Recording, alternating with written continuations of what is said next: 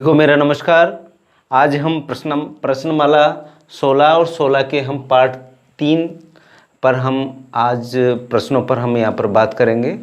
प्रश्नमाला 16.1 का question number 4। Question number 4 में कहा गया है कि एक घन का प्रत्येक पृष्ठ 100 वर्ग सेंटीमीटर है। यानी एक घन में आपको पता है कितने पृष्ठ होते हैं? आप कहोगे सर 1 2 3 4 5 और 6 पृष्ठ होते हैं। और इसने दे रखा प्रत्येक पृष्ठ का जो एक घन का प्रत्येक पृष्ठ दे रखा 100 वर्ग सेंटीमीटर का। ये जैसे हम ये एक पृष्ठ ये हो गया, जैसे ये वाला पृष्ठ हो गया, कितना है आप कहोगे सर इसकी जो कितना दे रखा है यहाँ पर 100 वर्ग सेंटीमीटर है। तो इस पृष्ठ से हम क्या निकाल सकते हैं? इसकी भुजा निकाल सकते हैं, क्योंकि सभी पृष्ठ बराबर बराबर माप के हैं। क्यों है बराबर बराबर माप के? क्योंकि ये जो आकृति है कैसी आकृति है? घन है।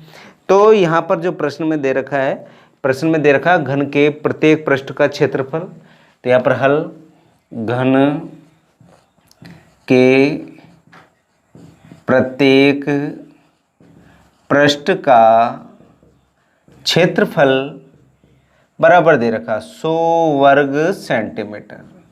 ये दे रखा प्यारे बच्चों। आप कहोगे सर वो सूत्र होता है भुजा इंटू भुजा। इसको ऐसे भी लिख सकते हैं भुजा की घात 2 बराबर 100। स्क्वायर हटाया तो इधर क्या लग गया? अंडर रूट लग गया। ये अंडर रूट आ गया 100। जब 100 का अंडर रूट करते हैं, हल करते हैं, अंडर रूट निकालते हैं 100 का, तो कितना आता है? 10 आता है। 10 किस में है? आप कहोगे सर सेंटीमीटर में।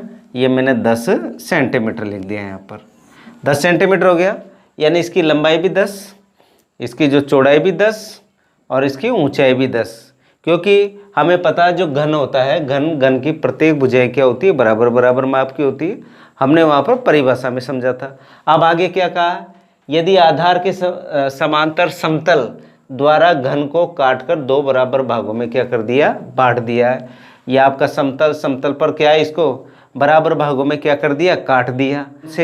जैसे आपने ले ली ये तो गया लंबाई, ठीक है, लंबाई। ये आपकी चौड़ाई है, इसकी चौड़ाई है। तो चौड़ाई देखो यहाँ से काट दिया तो चौड़ाई कितनी रह गई? 5। और ऊंचाई तो पहले जितनी थी उतनी अब है। तो यहाँ पर लंबाई, चौड़ाई और ऊंचाई में जैसे आपकी लंबाई कितनी है? क्योंकि पहले तो क्या था? घन, और काटते क्या बन गया? घनाभ बन गया। क्यों बन गया? क्योंकि इसकी जो चौड़ाई है वो 10 थी, काटते कितनी रह गई? 5। तो इसकी लंबाई 10, चौड़ाई 5 और ऊंचाई कितनी रहेगी? 10 ही रहेगी, क्योंकि ऊंचाई पे यहाँ पर अंतर नहीं पड़ रहा है। तो आप कहोगे सर जब घन को आधार के समांतर काटा जाता है या विभाजित किया जाता है, यहाँ लिखेंगे यदि आधार के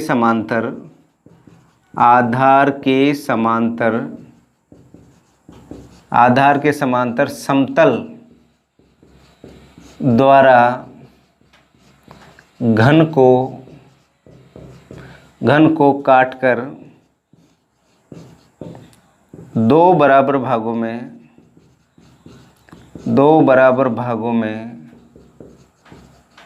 बांटने पर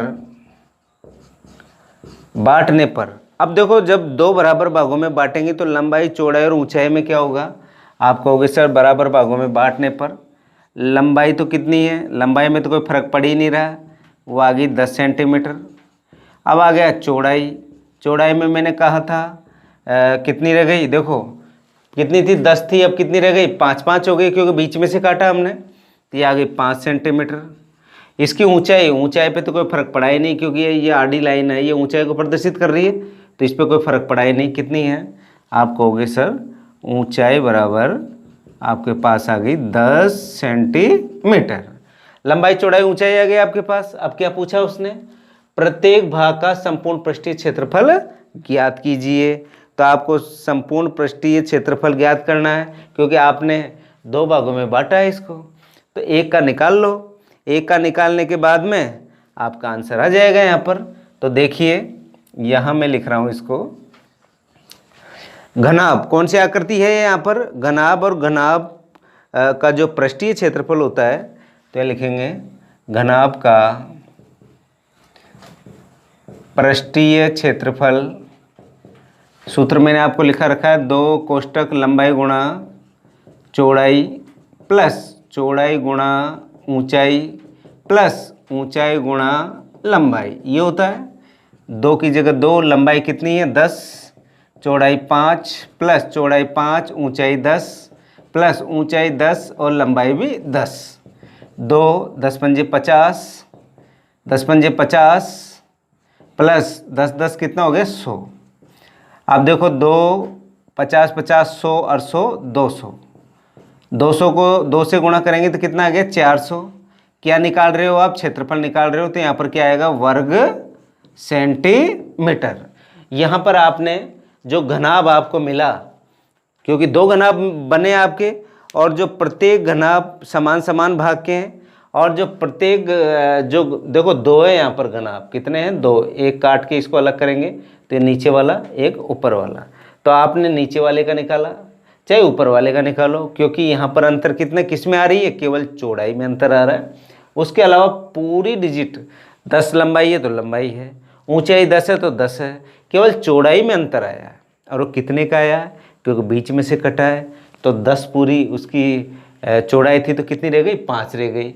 और आपके पास जो घनाभ का पृष्ठीय क्षेत्रफल होता है, घनाभ का पृष्ठीय क्षेत्रफल आप यहाँ पर लिख सकते हो प्रत्येक घनाभ, क्योंकि आप चाहो तो लिख दो प्रत्येक घनाभ का पृष्ठीय क्षेत्रफल का सूत्र होता है 2 कोष्टक लंबाई इंटू चौड़ाई प्लस चौड़ाई इंटू ऊंचाई प्लस ऊंचाई इंटू लंबाई, और सीधे सीधे मान रखो। मान रखने के बाद में हमें यहाँ पर आंसर प्राप्त हो जाएगा। ये नीचे वाला भी 400 वर्ग सेंटीमीटर और ऊपर वाला भी 400 वर्ग सेंटीमीटर। इस तरीके से हमने इस प्रश्न को बड़े आसानी से यहाँ पर हल किया। आगे बढ़ते हैं प्रश्न नंबर 5। अगला क्वेश्चन लेते हैं, क्वेश्चन नंबर 5। बगैर ढक्कन का एक बक्सा 3 सेंटीमीटर मोटी लकड़ी का बना हुआ है। ये एक बक्सा बनाया मैंने, ये क्या ऊपर ढक्कन नहीं है इसके, ठीक है, क्या ये खुला है, देखो इसमें ये ऊपर से ढक्कन नहीं है। जिस प्रकार हमारा बक्सा होता है कपड़े रखने का, ऊपर का ढक्कन हटा दें तो केवल आप कहोगे सर जो इसके चारों तरफ की 4 दीवारें बचेगी और एक क्या बचेगा, तल बचेगा। अब देखिए यहाँ पर यानी ऊपर का ढक्कन नहीं है तो ऊपर से क्या है खुला है। अब उसने क्या कहा है कि एक बगैर ढक्कन का बक्सा 3 सेंटीमीटर मोटी लकड़ी का बना हुआ है। ये जो लकड़ी है, ये वाली लकड़ी कितनी है, 3 सेंटीमीटर की है। कितनी सेंटीमीटर की है, आप कहोगे सर 3 सेंटीमीटर की है। ये 3 सेंटीमीटर मोटी लकड़ी का बना हुआ है। इसकी बाहरी लंबाई, बाहरी का अर्थ जैसे यहाँ से यहाँ तक की लंबाई लें, कितना हो गया 146 सेंटीमीटर। ये वाली लंबाई लें तो ये कितनी दे रखी है आपको 116 सेंटीमीटर। और क्या है ऊंचाई, ऊंचाई कितनी है 83 सेंटीमीटर। कितनी सेंटीमीटर है 83 सेंटीमीटर। अब देखिए इसके अंदर पेंट कराने का खर्च ज्ञात करो। पेंट का अर्थ यानी पुताई करनी है। मैंने पुताई करने की बात की तो अब मैंने कहा था आपसे कल जो मेरा पहला भाग था वहाँ पर मैंने आपसे कहा था कि अगर पुताई हो चाहे हमको कोई कागज़ चिपकाना हो तो हमको क्या निकालना पड़ता है, क्षेत्रफल निकालना पड़ता है। तो क्षेत्रफल निकालने के लिए यहाँ पर थोड़ी सी हम चर्चा कर लेते हैं इसकी लंबाई चौड़ाई और ऊंचाई की। तो यहाँ पर हम लिखते हैं कि जो आपकी संदूक की बाहरी लंबाई है, हल संदूक की बाहरी लंबाई कितनी हो है दे रखी है आपको 146 सेंटीमीटर। ये तो है बाहरी। तो संदूक की अंदर की क्या होगी भाई, अंदर की लंबाई यानी अंदर वाली लंबाई। किसकी बात कर रहे हैं, अभी तो हमने बाहर की है, अंदर का मतलब आंतरिक भी लिख सकते हैं इसको या अंदर की भी लिख सकते हैं। अंदर की लंबाई, अब देखिए ये 3 तो इधर से निकाल दो और 3 यहाँ से निकाल दो तो कितना था, ये 146 था, में से 3 इधर से गया 3 इधर से गया तो कितना 6, कितना बचा 140 सेंटीमीटर। ये तो अंदर की लंबाई हो गई। दूसरा देखो संदूक की बाहरी क्या है चौड़ाई। संदूक की बाहरी चौड़ाई आपको दे रखी है कितनी 116 सेंटीमीटर। तो वही अंदर की चौड़ाई क्या करें हम, 116 में से कितना घटेगा 6, क्योंकि ये भी 3 है इधर से और यहाँ पर भी कितना है 3 है, तो 3 और 3 6, 6 घटा देते हैं तो आपके पास कितना आएगा 110 सेंटीमीटर। अब क्या है, अब आ गई ऊंचाई। अब ऊंचाई की बात करें तो ये देखो संदूक की बाहरी ऊंचाई की बात कर रहा हूं मैं। ऊंचाई में देखो 83 है, ऊपर का ढक्कन है ही नहीं, तो 3 मीटर मोटे का तो लफड़ा है ही नहीं ऊपर, तो केवल नीचे नीचे है 3 मीटर मोटा। तो ये देखो 83 में से कितना घटेगा 3, तो देखो यहाँ बाहरी तो कितनी देर की 83 सेंटीमीटर। अब अंदर की क्या निकालनी है आपको सर ऊंचाई निकालनी है। ऊंचाई निकाल रहा हूँ मैं, यहाँ पर 83 में से कितना घटा दो 3, तो कितना बचा 80 सेंटीमीटर। अंदर की क्यों निकाली, क्योंकि पुताई कहाँ पर करनी है हमको, अंदर करनी है, यानी अंदर जो आंतरिक क्षेत्र है उसका क्या निकालना है आपको, क्षेत्रफल निकालना है। तो यहाँ पर संदूक के ढक्कन को छोड़कर लिखेंगे संदूक के ढक्कन के अलावा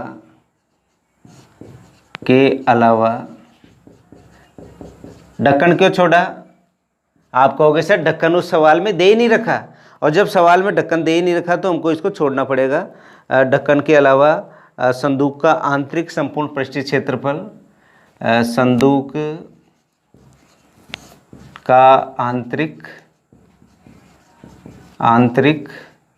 संपूर्ण पृष्ठीय क्षेत्रफल बराबर। अब देखिए 4 दीवारी तो है ही इसमें, यानी चारों तरफ का 4 दीवारी का क्षेत्रफल आपको मैंने बता रखा है, कमरे की चारों लिख दिया। आंतरिक संपूर्ण पृष्ठीय क्षेत्रफल बराबर 2 कोष्ठक लंबाई प्लस चौड़ाई इंटू ऊंचाई प्लस लंबाई इंटू चौड़ाई। अब आपको पता है ये तो क्या, वो 4 जो दीवारें हैं उसकी आंतरिक उसका क्षेत्रफल है, और ये लंबाई इंटू चौड़ाई किसको प्रदर्शित कर रहा है, तल को प्रदर्शित कर रहा है। मान रख देते हैं यहाँ पर 2 कोष्ठक लंबाई का मान कितना आ गया आपके पास 140, प्लस चौड़ाई कितना है, चौड़ाई आपके पास आ गई 110, इंटू ऊंचाई आपके पास आ गई 80, प्लस लंबाई कितनी है 140 है, इंटू चौड़ाई कितनी है 110 है। अब देखिए 2 कोष्ठक जोड़ते हैं अपन, या कि 0 4 और 1 5 250 इंटू 80, प्लस अब इन दोनों को क्या करना है 140 और 110 को क्या करेंगे हम गुणा करेंगे, तो गुणा करेंगे तो आएगा 15,400। आप इसको इजी गोइंग गुणा करके देख लें, जैसे 0 आ गया, फिर 0, फिर देखो 11 चौक 44 के 4, हासिल के 4, 11 एकम 11 और 11 8 4 कितने हो गए 15, यानी 15,400। अब देखिए इसको देखिए हम क्या कर लेते हैं, गुणा कर लेते हैं। 250 दूना कितना हो गया 500 इंटू 80 प्लस 15,400। अब देखो इसको गुणा कर लेते हैं, 8 पंजे 40, 1 2 3 1 2 3 प्लस 15,400। अब देखो आपको 40,000 में कितना जोड़ना है, आपको हो गया 15,400 जोड़ना है। तो देखो 40 50 5 55, 55,400 वर्ग सेंटीमीटर। ये क्या निकाल लिया आपने, ये इसका निकाल लिया क्षेत्रफल आंतरिक भाग का। अब क्या करनी है आपको, पुताई करनी है, यानी पेंट करने का ज्ञात कीजिए। पेंट की दर 2 रुपये प्रति 100 नहीं, ये 1000 है, 1000 वर्ग सेंटीमीटर है। कितना है 1000 वर्ग सेंटीमीटर का खर्च कितना दे रखा है उसने, 2 रुपये दे रखा है, यानी पेंट की दर 2 रुपये प्रति 1000 वर्ग सेंटीमीटर। तो यहाँ पर लिखते हैं चूंकि 1000 वर्ग सेंटीमीटर पेंट करने का खर्च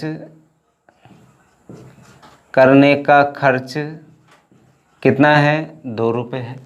ये तो दे रखा पेंट की दर 2 रुपये प्रति 1000 वर्ग सेंटीमीटर, मैंने इसे लिख दिया 1000 वर्ग सेंटीमीटर का खर्च कितना है आप बताओगे कि 2 रुपये हैं, इसलिए 1 रुपया वर्ग सेंटीमीटर, वो 1 वर्ग सेंटीमीटर पेंट करने का खर्च क्या हो जाएगा 2/1000। इसलिए कितना है आपका 55,400 वर्ग सेंटीमीटर का खर्च निकालना है। तो लिखा अपन ने 55,400 वर्ग सेंटीमीटर पेंट करने का खर्च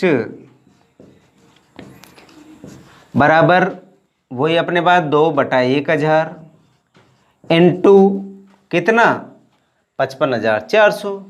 ये मैंने लिख दिया 55,400। 2 जीरो से 2 जीरो कट गई, आगे मत काटो, गुणा कर लेते हैं। 4 दूना 8, 5 दूना 10 का 0 हासिल का 1, 5 दूना 10 और 1 11/10। अब देखो ये 1108 है यानी 1108 है। यहाँ पर कितने देखो अंक 1 2 3 4, तो एक अंक को छोड़ के क्या लगा देनी है अपन को, बिंदी लगा देनी है, क्योंकि नीचे कितना है 10 है।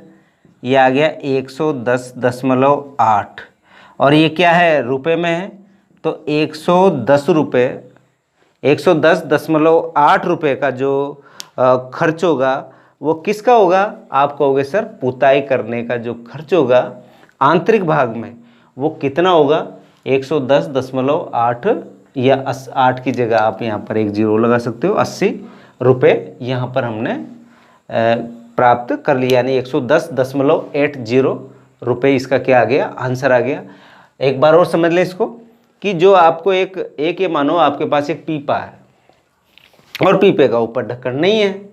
अब ढक्कन नहीं है तो वो ढक्कन की मोटाई भी गायब हो गई, नीचे तल तो है, तो तीन जो आपका दे रखा सेंटीमीटर मोटा नीचे भी है, इसके बाएं दोनों तरफ भी 3-3 सेंटीमीटर है। तो जब भी अब आंतरिक बात करेंगे तो लंबाई में से 3 इधर से गया 3 इधर से गया, तो 100 कितना था 146, तो 3 और 3 6 निकल गया, तो कितना बचा 140 बचा। इसी तरह चौड़ाई में 116 था पूरा चौड़ाई में, और उसमें कितना गया, आप कहोगे सर 3 तो इधर मोटाई गई 3 इधर की मोटाई गई, तो 3 और 3 6, तो 116 में 6 गए तो कितना बचा 110 बचा। इसी तरह ऊंचाई, अब ऊंचाई में तो ऊपर ढकना ही नहीं, केवल नीचे तल है, तो 3 घटा दो आप, तो 83 में से 3 गया तो कितना 80 सेंटीमीटर हुआ। और फिर लंबाई चौड़ाई और ऊंचाई आपके पास है, आपको जो आंतरिक यानी अंदर वाले जो संदूक का जो संपूर्ण पृष्ठीय क्षेत्रफल निकालना है। क्यों, क्योंकि पुताई की बात आती है तो क्षेत्रफल निकालते हैं। तो आप चौड़ाई 2 कोष्टक लंबाई प्लस चौड़ाई इंटू ऊंचाई, ये तो 4 दीवारों के हो गए अंदर। अब बचा क्या, तल बचा, तल का क्या लंबाई इंटू चौड़ाई, हमने इसको कंबाइंड किया। सूत्र को ये ध्यान रखना, ये कंबाइंड करके हमने आपको समझाया है यहाँ पर। अब फिर देखिए यहाँ पर आ गया 2, इसको मान रखिए, मान रख के इससे साधारण सी कैलकुलेशन की, गुणा किया जोड़ किया जो भी है, और उसके बाद में हमारे पास है 55,400 वर्ग सेंटीमीटर। अब हमें पता है 1000 वर्ग सेंटीमीटर पेंट करने का खर्च कितना है 2 रुपये, तो 1 वर्ग सेंटीमीटर का पेंट करने का खर्च 2/1000 कितना है 55,400 वर्ग सेंटीमीटर का। 55,400 वर्ग सेंटीमीटर पेंट करने का खर्च कितना 2/1000 इंटू 55,400, 2 जीरो से 2 जीरो कट गई, हमने 4 दूना 8, 5 दूना 10 का 0 हासिल का 1, 5 दूना 10 और 1 11, 1108/10, और ये आ गया आपके पास 110.80 रुपये। ये इसका क्या आ गया, आंसर आ गया। इस तरीके से हमें प्रश्न को हल करना है, क्योंकि 3 नंबर का प्रश्न आता है, यहाँ से बड़ा भी 1-2 नंबर का प्रश्न आता है, तो इन सवालों पर आप अच्छे से प्रैक्टिस करें। आज के लिए इतना ही डियर स्टूडेंट, कल फिर हम नए भाग के साथ उपस्थित होंगे। धन्यवाद।